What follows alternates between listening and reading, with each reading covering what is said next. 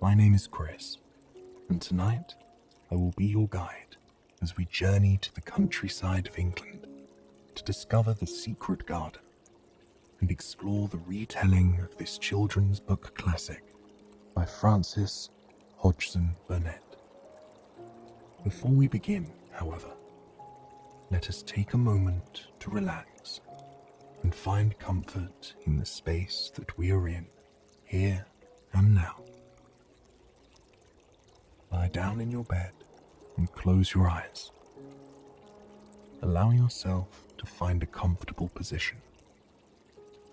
Explore the cool, refreshing touch of the sheets against your skin and the weight of the blanket on top of you. This is a place for comfort, for rest. Sometimes we understand rest to mean sleep, but by simply lying here right now and listening to the sound of my voice with your eyes closed, you are resting. Your body is becoming more and more rejuvenated by the second as you sink further into this story with me, and your everyday life sinks further and further into the distance of this moment. You have no obligations. There is no to-do list. There is nothing expected of you. Here and now, you are free to find that comfortable position and embrace that this is a time to do nothing. Here, you can turn your attention to your breath, a simple sensation that we feel all day long. But here, that sensation carries power and promise. Pay attention to how your lungs feel as you take that deep breath in. Feel your chest expand and a lightness fill you as that sweet night air nourishes you. Feel the warmth and comfort that it sends sleepily spiraling through your body. And when you exhale, feel how all your muscles relax and unfurl, melting away the pressure or expectations of the day. Feel them as they grow heavier with that relaxation and sink deeper and deeper and deeper into the mattress beneath you. You are safe here, and as we set out on this journey to the English countryside together, know that you can return to this breathing any time your mind strays, or any time you feel like you need to turn your attention to the here and now. Your breath is always with you, and it has the ability to bring you comfort whenever, if ever, you are in need. Now that we have taken the time to relax and find comfort in the space that we are in here and now, let us begin our story. Mary Lennox leaned against the railing of the boat as the morning sun rose up over the English Channel. The egg yolk sun seemed to move ever slowly across the sky, almost as slowly as she felt her journey to England had taken her. She took a deep breath of the salty sea air. Once, the briny smell of the ocean waves had made her think of adventure and promise and excitement. But now, they made her think of no such thing. She closed her eyes and let the ocean spray mist across her face as they grew closer and closer to the harbour. She knew that today would be a day of many firsts For starters, Mary had never been to England, and truly, she had never dreamt that she would be going to England under her current circumstances. She was born at the turn of the 20th century, in what was then a colony of British India, to wealthy aristocratic parents. She had a childhood full of things most girls could only dream of. All the toys she wanted, all the books, all the pets, all the foods. And yet, she was missing something that most people did have. She was missing love and affection. Her wealthy parents never showed much interest in her, so she spent most of her days wandering the wealthy family property by herself, hoping to find something to occupy her mind and make herself feel whole. And, generally, people rarely made Mary feel better. It was in nature, in adventuring across the landscape, that Mary felt like she was her best self. She would awaken as soon as the sun rose and journey into the forests near her house. She would scamper up trees as high as she could go, breathing in the fragrant scents of the tropical forest.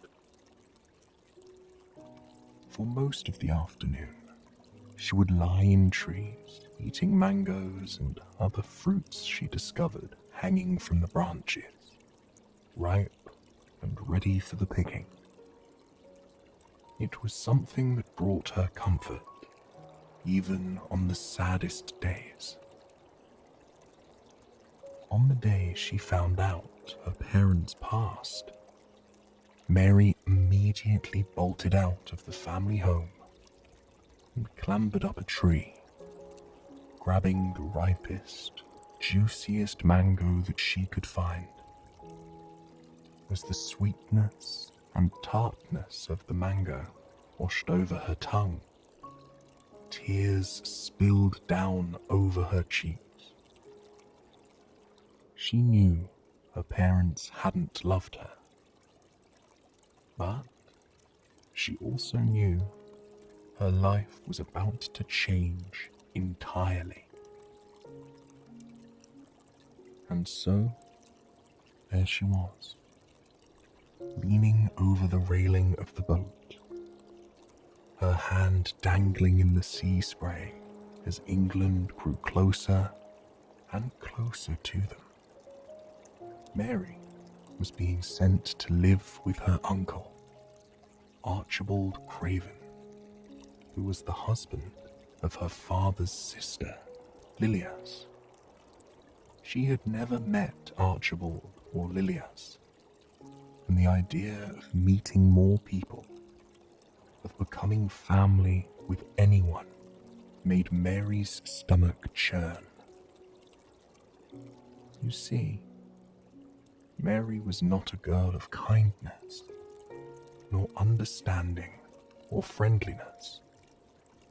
She was a girl who lived her life rather selfishly and coldly, demanding what she wanted, when she wanted it, and seeing the world around her with a rather grey lens. But, truly, could you blame the young girl? After quite a long journey, Mary found herself in a wagon heading across the Yorkshire moors. She had never seen a place like the moors before. Meadows seemed to stretch as far as the eye could see, winding up rolling hills and weaving through forests of birch and ash. The moors themselves looked almost as though they had been painted with nature's finest palette. Swaths of pink, purple, orange, and yellow. The colours of wild flowers blooming in the summer sun.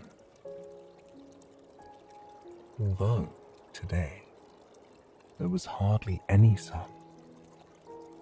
The moor was blanketed by a thick layer of mist, so dense and magical that it almost made the moor look like it had been plucked out of a fairy tale. Mary took deep breaths as she looked out the wagon window. She missed the forests of India, the fruit trees climbing up vibrant hillsides, the tropical flowers buzzing with hummingbirds and honeybees, the aroma of the fragrant herbs and flowers in the air. And this was a vastly different kind of beauty. Mary found herself daydreaming about the flowers back in India for the majority of the wagon ride. That is, until they arrived at Misselthwaite Manor, the home of her uncle and aunt. It was a home that was so very different from her home in India, an old manor with large windows and wild, overgrown grounds. It was not the home she was expecting. And, unfortunately, the people inside were not who she was expecting either. The maid, Mrs. Medlock, escorted her to the estate and tried to make civil conversation, but hardly mentioned anything about the home or the people that she was about to meet. When she arrived and met her uncle, Archibald Craven, for the first time, she was surprised to discover he was a hunchback. He greeted the young girl with a smile and a hug, but she did not return the courtesy. The trip she had set out on and the destination she had arrived at had been wholly disappointing, and the idea of spending the rest of her life at the manor was something she was not excited about. Even more troubling, Mr. Craven informed her that her aunt, Villiers, had passed several years earlier. The first few weeks in the new house were not easy for Mary. She spent many hours curled up in her room or the library, reading books and hurling insults and coldness at anyone who dared to come near her. When Mr. Craven was forced to leave the estate and travel abroad for his health, Mary became even more isolated. That didn't stop Martha Sowerby from trying, however. Martha Sowerby was Mary's maid, a woman with a kind smile and a calming, unassuming demeanor. Every day, several times a day, she would bring Mary her favorite cup of tea and sit with her, even when Mary seemed bothered. Sometimes she would ask Mary about her life in India. She wanted to know about her favorite memories, her favorite things to do. Did she see any animals? Did she smell lots of flowers? Did she eat yummy foods or swim in a beautiful ocean? Over time, Mary began to grow fond of these interactions. No one had ever asked Mary about herself before, Her parents hadn't cared, and neither had the caretakers at the family estate in India. For the first time, someone seemed to truly care about and value what Mary had to say. And soon, Mary learned a few things about the estate. On a particularly dreary day in the English countryside, Mary curled up next to the crackling fire with Martha at her side. She told Martha about how she missed wandering through the rainforests of India, how she longed to smell that fresh, clean, citrusy air once more, how she missed lounging in trees and eating fruits while the sun kissed her skin, how she wanted nothing more than to wander through a wonderland of greenery and feel connected to the earth and herself once more. That's when Martha leaned in, a smile curling the corners of her lips. There is a garden here, you know, a wild one, full of secrets and wonder. In a hushed tone, Martha told Mary all about the secret garden. While Lilias was alive, Mr. Craven made a walled-in garden just for her. It was a garden where she could be one with nature and tend to the roses as if they were her own children. Mary listened to Martha drone on about the smell of the fragrant roses, the sound of the bubbling creek that laced through the garden, the buzz of the honeybees and hummingbirds as they flitted from flower to flower. However, there was a downside to this secret garden, to this wondrous, magical place that Mary desperately wanted to see. 10 years ago, when Lilias passed, Mr. Craven locked up the garden and hid the key. Now, all that remained were the overgrown gardens that were part of the estate grounds. The secret garden, the most beautiful, wild one of all, was hidden behind a wall, never to be journeyed into again. From that rainy day on, finding the key to the secret garden became Mary's biggest wish. She spent many days wandering the grounds, hoping that she would uncover it, and, in the process, the mall that she had once seen as a bland wasteland transformed before her very eyes into something much, much more. The gardens on the grounds were nothing like the gardens in India, nor what she imagined the secret garden would be, but they provided her with a sense of relaxation and bliss when she meandered through them. She had passed through the herb garden, fragrant with the fresh rosemary and thyme growing from the moist earth.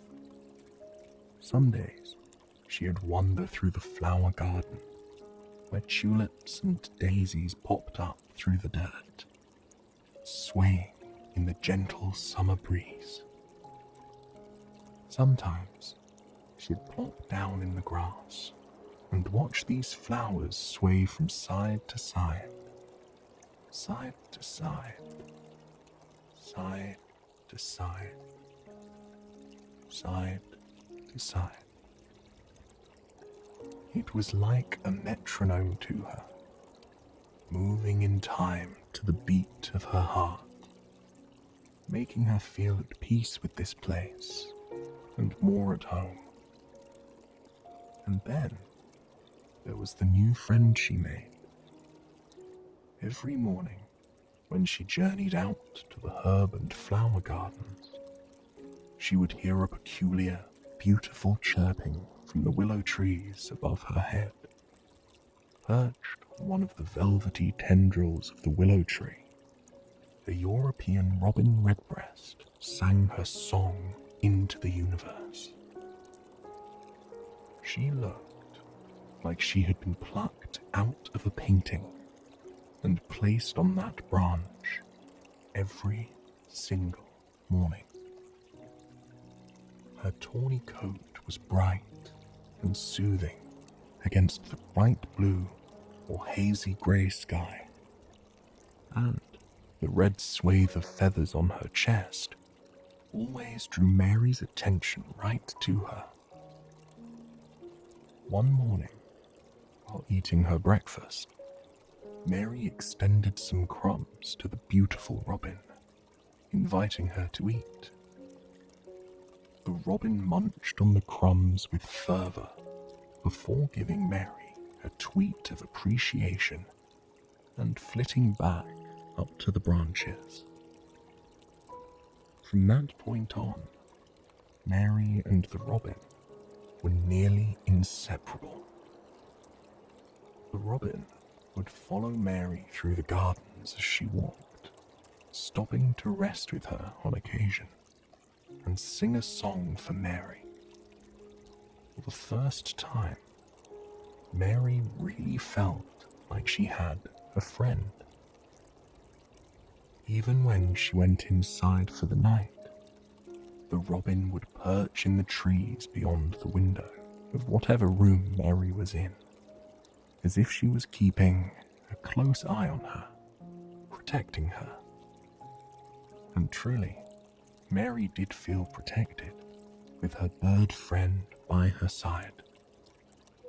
But that wasn't the only way that Robin was looking for Mary. One morning, Mary stepped outside onto the moor. There was a bite in the air, though it was mid-June. The grounds were blanketed in that thick, beautiful layer of fog that few people are awake to see and enjoy. On that morning, it felt as though everything was moving in slow motion. The dew dripped off the leaves as though they were honey instead of water. The birds snuggled in their nests a little longer, not yet willing to hop out and sing their morning song to the universe. Even the fog seemed to be meandering across the moor like molasses. But the robin and Mary were wide awake. Unlike most mornings, however, today the robin was the one who led Mary around.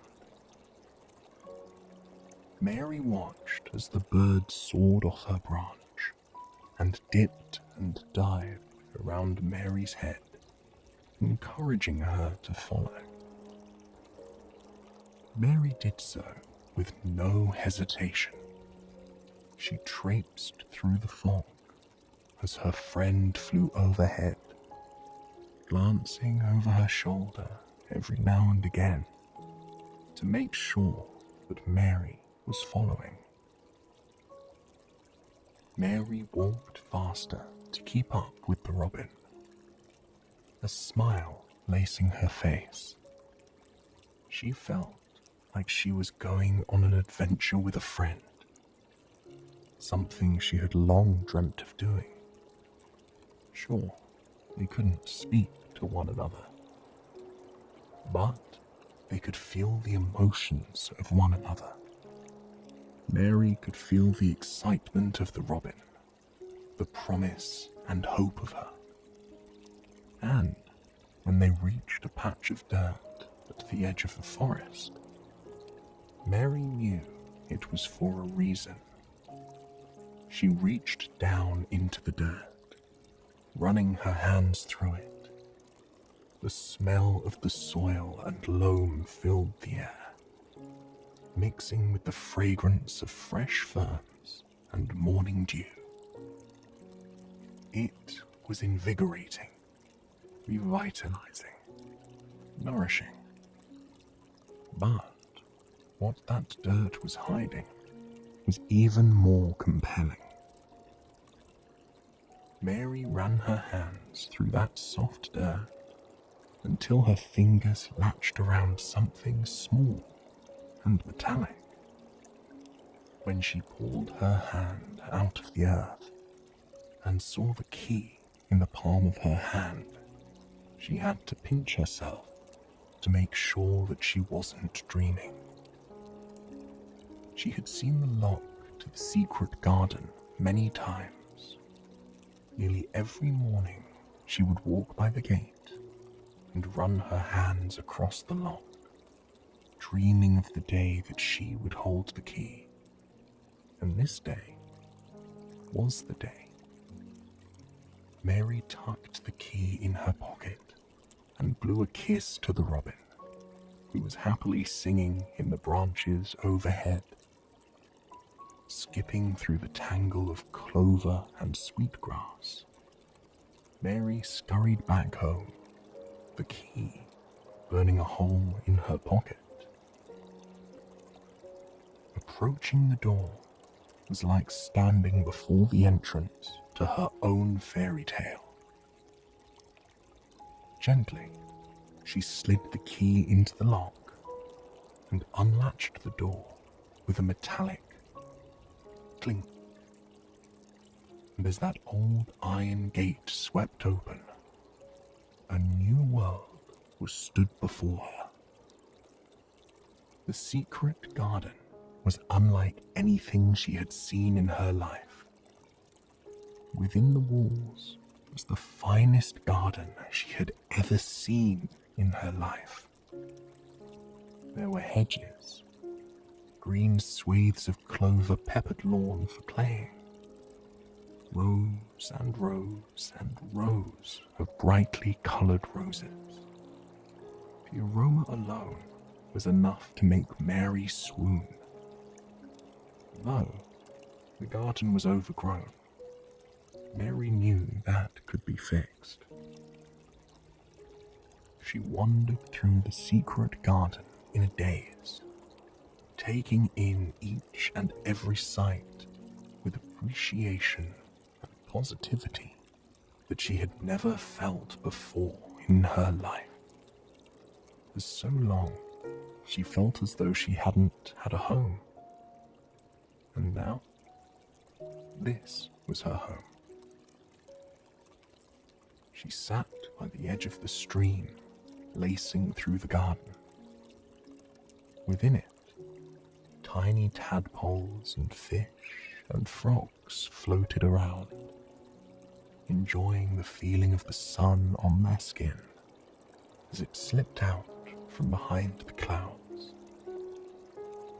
She dangled her feet in the cool water, embracing the feeling of the smooth rocks and gentle current on her feet. It was like an oasis to her, an oasis that she had long dreamt of.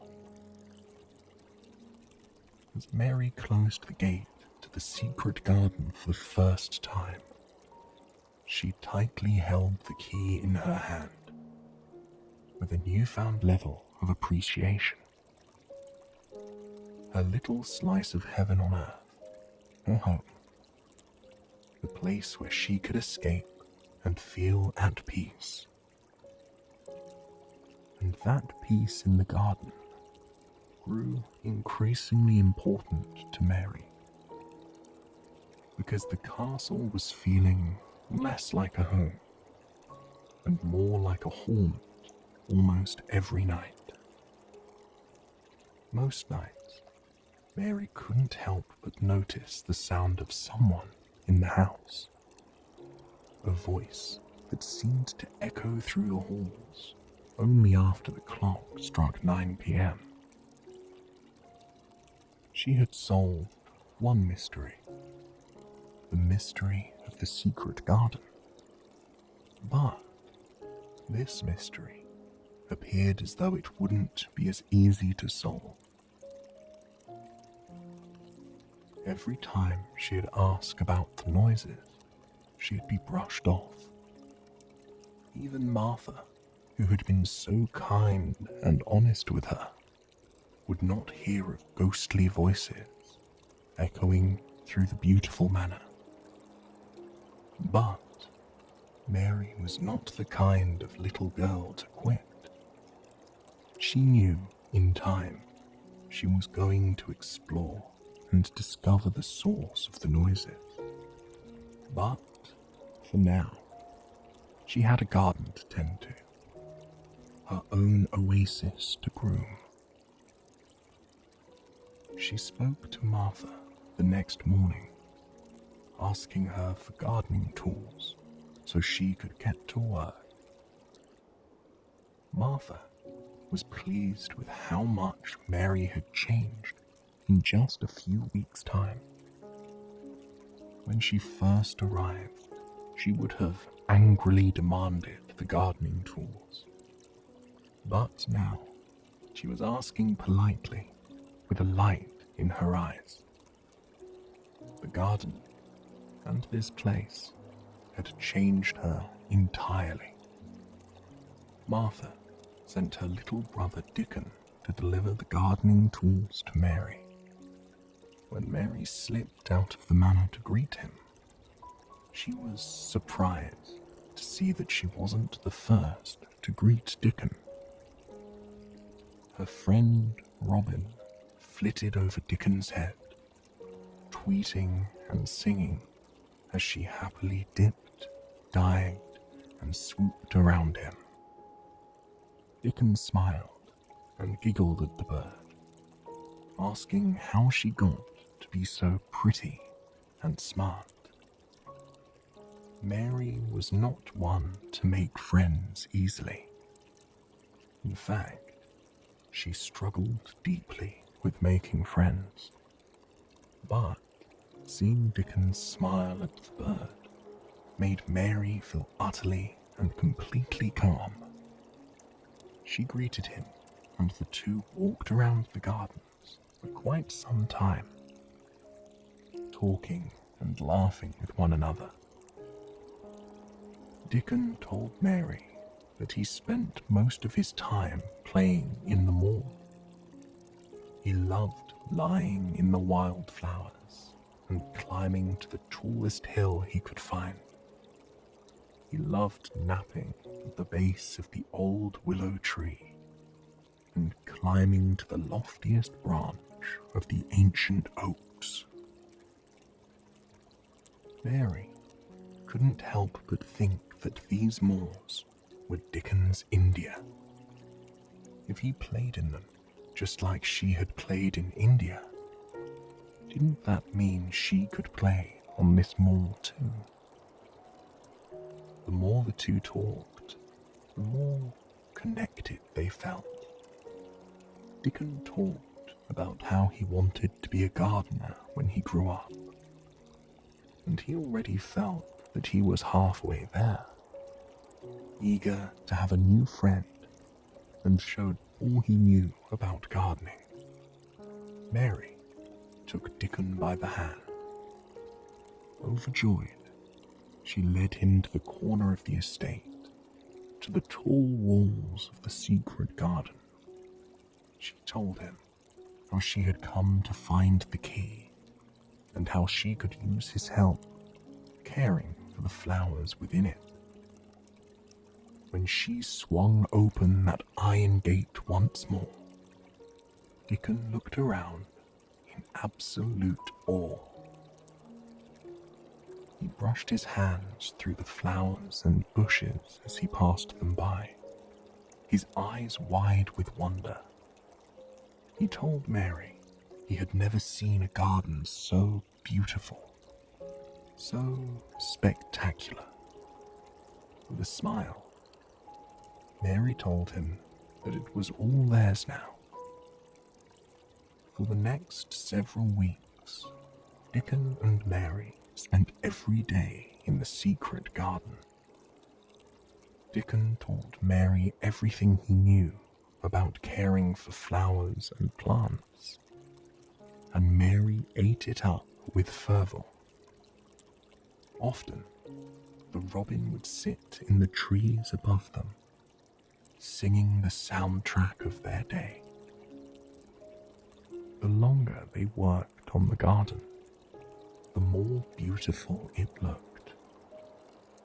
Mary was confident in the changes, confident in the decisions she had made, and at the same time, there was one more pesky mystery that was swimming in the back of her mind. One night, Mary could hear the mysterious voice drifting through the manor. She rose to her feet and tiptoed down the cool wood and stone halls of the manor, holding her hand against her chest. She followed the sound to the other side of the manor, a section of the house that she rarely wandered into. And it was on that side of the manor that Mary discovered a hidden bedroom. And inside that bedroom, she found a boy, about her age, curled up in a plush bed with blankets and stuffed animals all around him. The boy was surprised to see her. He introduced himself as Colin in a soft voice. As they began to talk, Mary came to learn that the boy was sickly. He had a spine disease that made it hard for him to walk. So, every day, he was confined to this bed in this bedroom where servants tended to his every need.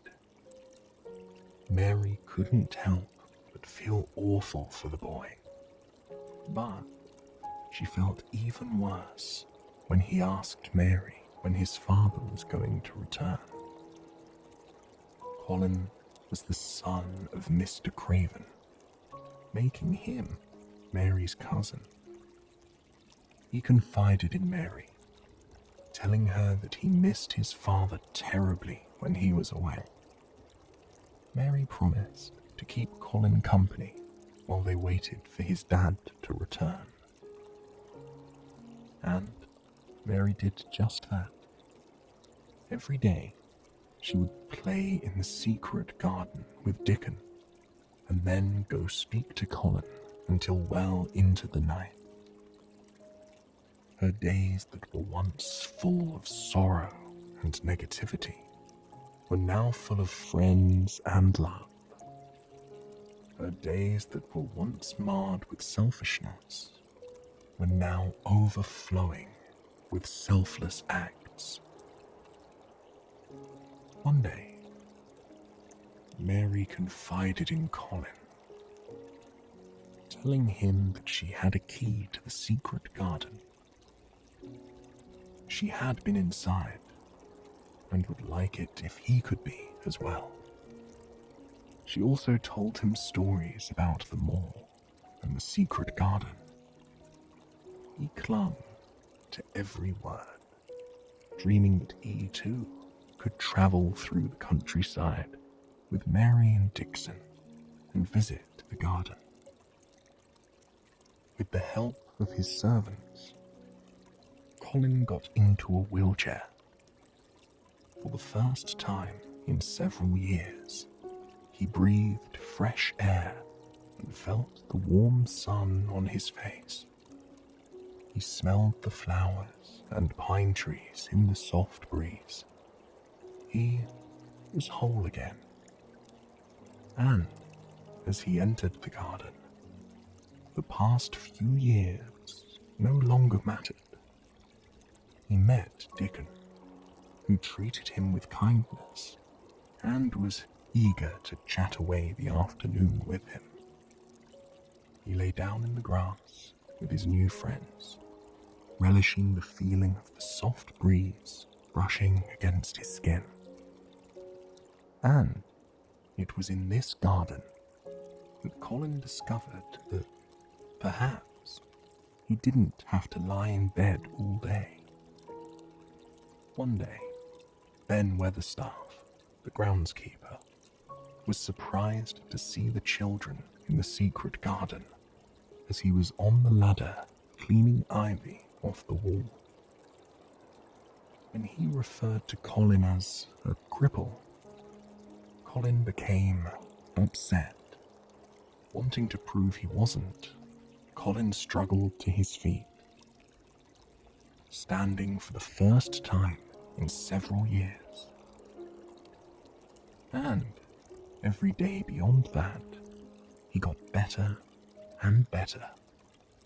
Colin, Mary, and Dickon played in the garden from sunrise to sunset for weeks on end, growing stronger and closer with one another. Soon, Colin could not only stand and walk, but run. On one particularly sunny day, Mary, Colin, and Dickon raced through the secret garden, giggling with one another. Colin crossed the finish line first, throwing his hands up in delight. And at that precise moment, his father, Mr. Craven, wandered through the gate of the secret garden, his mouth ajar in shock and wonder. Overjoyed, the children told Mr. Craven of what they had done. They had revitalized the garden, helped Colin heal, and learned to value a friendship unlike any other. Everyone made their way back to the manor that day, their heads held high, and as they walked in unison, they were reminded of what happens to things when they are nourished, valued, and loved. I hope you have enjoyed this story, and it has brought you a night of peaceful, restful sleep. Please, join me again tomorrow for another sleep story. Until then, sweet dreams.